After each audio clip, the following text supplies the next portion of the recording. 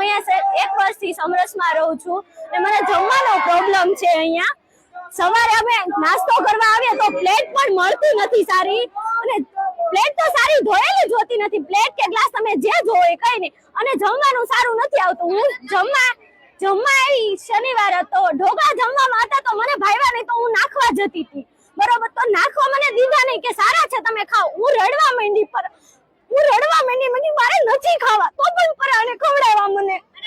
છેલ્લે આમાંથી સિગરેટ નીકળી તો શું અમે સિગરેટ વાળું ખાઈએ? બેન, આ બાબતે કોઈને વાત કરી હતી? શું કીધું? હા, વાત કરી હતી મેં, વાત ગાયત્રી બાને ગઈ હતી, તો હવે તું ધ્યાન રાખશું, બાકી આગળ કાંઈ થયું નથી। પછી ઘણું નીકળે છે, મકોડા કેરી બધું નીકળે છે। શું માંગ શું છે તમારી? મારી માંગી છે કે જમવાનું સારું આવે ને સવારે કઈ પણ ડીશ માટે અમારે અડધી કલાક ઊભું રહેવું પડે છે અહીંયા, ત્યારે અમને પ્લેટ મળે છે।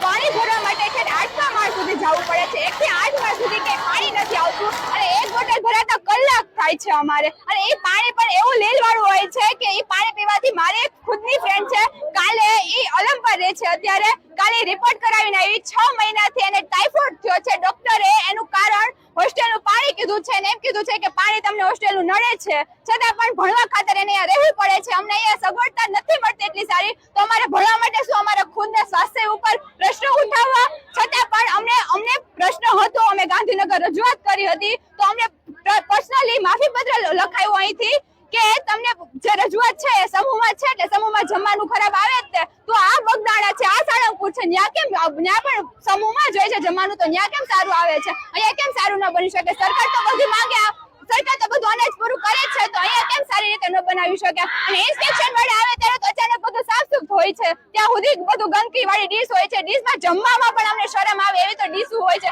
અને ખુદ સાફ કરી તો પણ સાફ નથી થઈ શકતી। આજ રોજ અહીંયા સમરસ ખાતે બહેનોના વિવિધ વિષયોને લઈને એબીવીપી અહીંયા હાજર છે। વિષય એવા છે કે બહેનોને ભોજનની અંદર વિવિધ પ્રકારના જીવજંતુઓ નીકળે છે, કીડા નીકળે છે, સિગરેટ નીકળે છે, પ્લાસ્ટિક નીકળે છે, એવા વિવિધ વિષયો છે। એ બાદ બહેનોને અહીંયા સુરક્ષાને લગતો પણ પ્રશ્ન છે।